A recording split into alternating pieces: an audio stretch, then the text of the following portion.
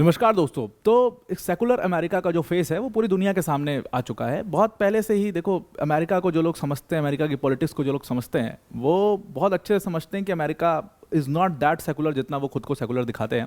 अब उनकी सेकुलर जो पॉलिटिक्स है, जिसको सेकुलर वो खुद को मानते हैं, उनका फेस साफ साफ सामने आ चुका है। उनकी गवर्नमेंट ने उनका फेस बिल्कुल एक्सपोज कर दिया। उनकी गवर्नमेंट के वाइस प्रेसिडेंट जेडी वांस के स्टेटमेंट ने उनका फेस एक्सपोज कर दिया है।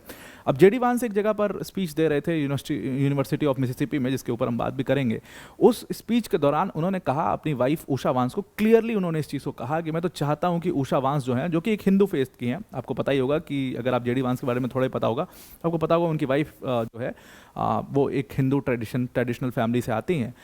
उषा वांस को उन्होंने कहा कि उनको, मैं चाहता हूं कि उनको कन्वर्ट हो जाना चाहिए क्रिश्चियनिटी की तरफ। अब ये जो लोग भी, अब बेसिकली ये जो बयान दिया गया है, ये अपने आप में बहुत देखने वाला, विवेचना करने वाला बयान है, क्योंकि जेडी वांस की ही बारे में अभी हम बात करेंगे। उनसे बड़ा हिपोक्रेट जो है शायद यूएस की पॉलिटिक्स में कम नजर आएगा। देखिए, ट्रम्प की जो बात है वो सीधी तौर पर है, वो साफ सामने, लेकिन जेडी वांस बहुत बड़े हिपोक्रेट है। उनको जो यूएस की पॉलिटिक्स समझते हैं वो जानते हैं जेडी वांस को कि वो दोनों तरफ की बातें किया करते हैं। और यही जेडी वांस थे जो बहुत कुछ हिंदूज के लिए बोल रहे थे, जो बड़ा तारीफ कर रहे थे इस पूरे हिंदू ट्रेडिशंस की, जब वो इलेक्शन लड़ रहे थे। यही जेडी वांस का ये स्टेटमेंट आया कि मैं तो चाहता हूँ कि वो क्रिश्चियनिटी में कन्वर्ट हो जाएं। हिंदूज को बेसिकली उन्होंने एग्नोस्टिज्म से कंपेयर भी यहाँ पर कर दिया है। एग्नोस्टिक जो किसी गॉड में बिलीव नहीं करता, उससे कंपेरिजन जेडी वांस ने अपनी वाइफ का कर दिया है। अब ये हिपोक्रेसी क्यों इतनी बड़ी है?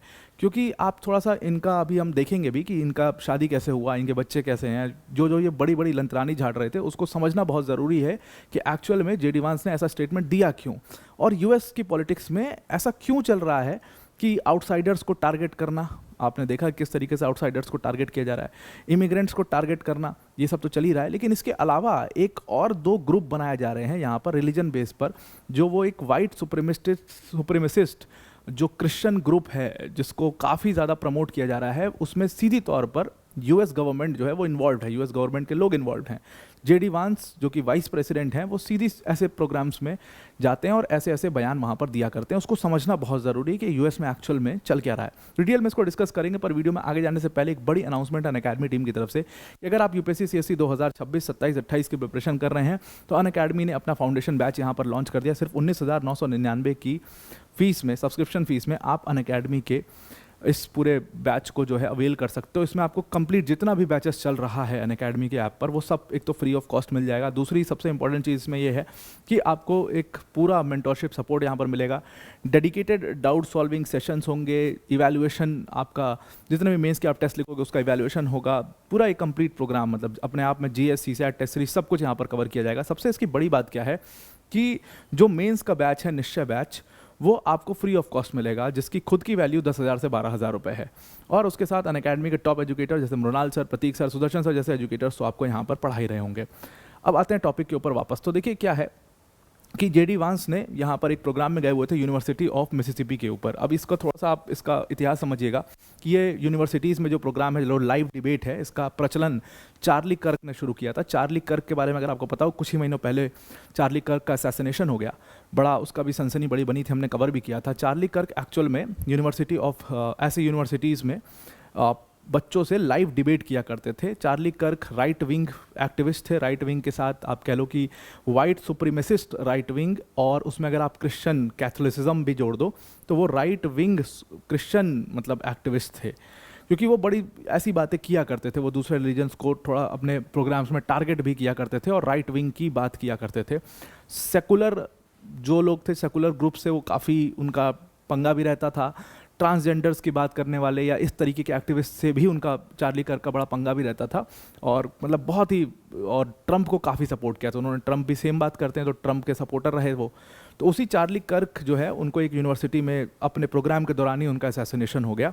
और उसके बाद उनकी याद में ही यूनिवर्सिटी ऑफ मिसिसिपी में टर्निंग पॉइंट यूएसए, जो कि चार्ली कर्क का ग्रुप था, उस टर्निंग पॉइंट यूएसए ने यूनिवर्सिटी ऑफ मिसिसिपी में एक प्रोग्राम रखा था जिसमें जेडी वांस को बुलाया गया था। और जेडी वांस वहाँ पर एकदम उसी तौर पर जैसे चार्ली कर्क करते हैं, ठीक उसी तरीके से जेडी वांस यहाँ पर लाइव डिबेट कर रहे थे बच्चों के साथ।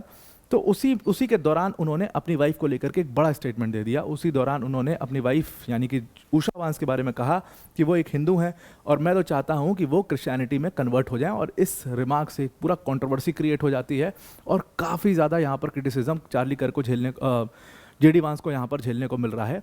लेकिन इसके अलावा जो इस ग्रुप को जिसको वो खुश करना चाहते थे, ये सारा स्टेटमेंट उसको खुश करने के लिए था। जेडी वांस खुद ही, मतलब आप कहते हो ना, जिनको हम पॉलिटिक्स में जिनको बड़े रिलीजियस मानते हैं, वो लोग खुद उतने रिलीजियस नहीं होते जितना वो बोलते हैं।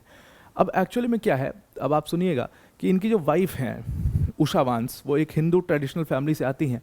उनको जब क्वेश्चन किया गया जेडी वांस को उनकी वाइफ के पूरे रिलीजन के ऊपर, क्योंकि ये आप एक ऐसे प्रोग्राम में जा रहे हो जो खुले तौर पर ये बात करता है, जो खुले तौर पर वाइट सुप्रीमेसिस की बात करता है, वाइट सुप्रीमेसी की बात करता है, जो खुले तौर पर अमेरिकन्स फर्स्ट की बात करता है, जो खुले तौर पर रिलीजन क्रिश्चियनिटी की बात करता है। वैसे प्रोग्राम में जब आप जाते हो, जाहिर सी बात है आपसे सवाल पूछे जाएंगे। उनसे सवाल पूछा गया उनकी वाइफ के फेथ के ऊपर।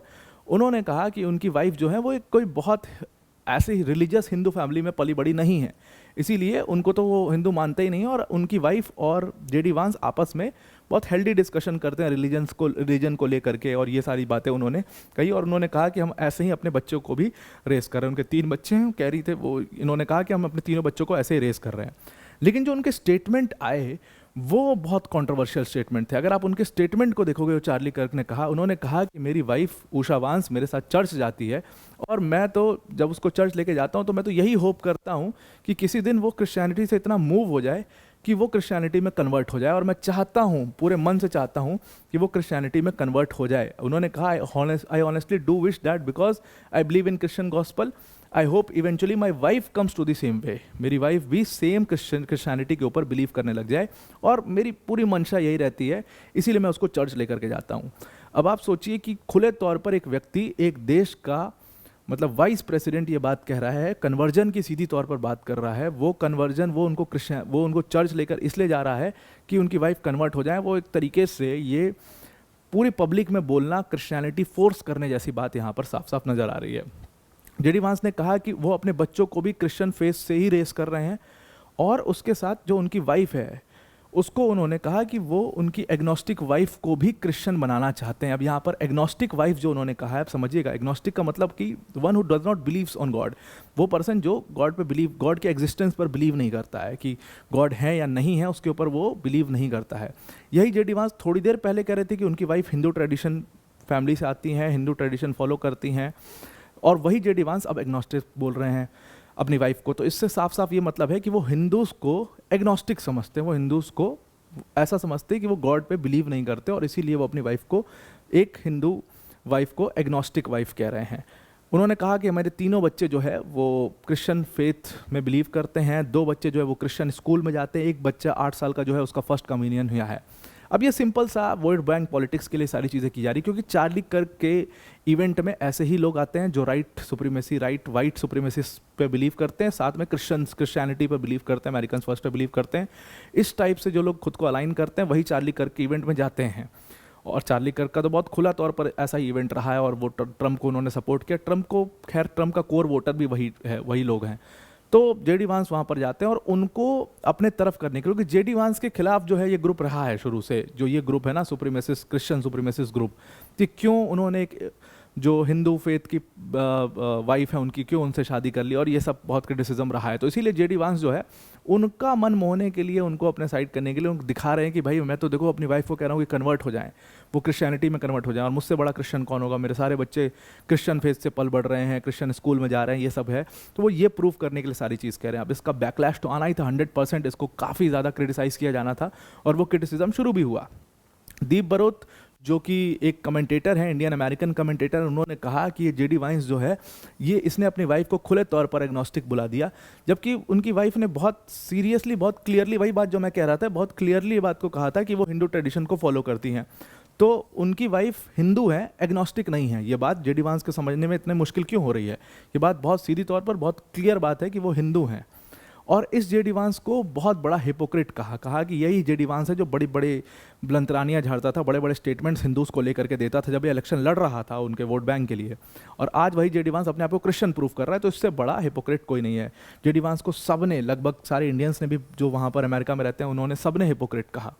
क्यों हिपोक्रेट कहा, बहुत सिंपल सा इसका रीजन है। अब देखिए, दीप बरोत ने एक फोटो पोस्ट की है, जेडी वांस है, उनकी वाइफ उषा वांस है। दीप बरोत ने यहाँ पर लिखा है कि ये बंदा जो आज अपने आप को खुद को क्रिश्चियन बुला रहा है, इसकी एक प्रॉपर वैदिक हिंदू वेडिंग हुई है और इसके बेटे का नाम विवेक है, जिसको कह रहा है कि वो क्रिश्चियन फेथ से जिसको पल बढ़ रहा है, उसके बेटे का नाम विवेक है।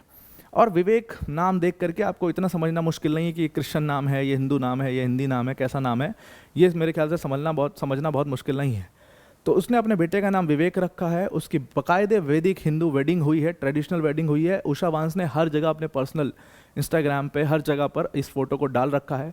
उस फोटो को पोस्ट करके कहा कि इस आदमी से बड़ा हिपोक्रेट कौन हो सकता है, जो खुले तौर पर पलट गया और खुले तौर पर आज ये खुद को क्रिश्चियन बोलने लगा है। अब हर तरफ से यहाँ पर इनका क्रिटिसिज्म जो है इसी बात के लिए हो रहा है। उषा वांस से एक बार पूछा गया था, बड़ी एक कमेंटेटर हैं, कंजर्वेटिव कमेंटेटर हैं, मेगान मैकेन, उन्होंने इंटरव्यू किया था उषा वांस का और उषा वांस से पूछा था उन्होंने कि क्या वो क्रिश्चियनिटी में कन्वर्ट होना चाहती है। जून के समय का इंटरव्यू, बहुत क्लियरली उषा वांस ने कहा था कि वो अपनी फैमिली का जो फेथ है उसको नहीं छोड़ना चाहती हैं, वो अपना जो फेथ है वो उसको नहीं छोड़ना चाहती हैं और वो उसमें रहना चाहती हैं। सबका, सारे रिलीजन का वो रिस्पेक्ट करती हैं, सबको इंक्लूसिव रहती हैं सारे रिलीजन की तरफ, और इसीलिए वो चर्च जाती हैं क्योंकि वो रिस्पेक्ट करती हैं। आप भी अगर आपके कोई दूसरे फेथ के दोस्त होंगे, मेरे तो काफ़ी फेथ के दोस्त हैं और मैं हर जगह जाता हूँ, आप भी जाते होगे, जाने का मतलब ये नहीं कि आप एकदम कन्वर्ट ही हो रहे हो उसमें। तो वही बात है, उषा वांस ने वही चीज़ कही कि वो दूसरे फेथ को रिस्पेक्ट करती हैं, वो जाती हैं, लेकिन वो अपने फेथ को बिल्कुल नहीं छोड़ना चाहती, वो अपने फैमिली के फेथ को बिल्कुल नहीं छोड़ना चाहती। ये बात उन्होंने बहुत क्लियरली कही थी जून के समय में। उसके बाद भी, ये सब कुछ जानते हुए भी, जेडी वांस ने भरी सभा में इतने बच्चों के सामने अपनी वाइफ को सीधा कन्वर्ट होने के लिए बोल दिया।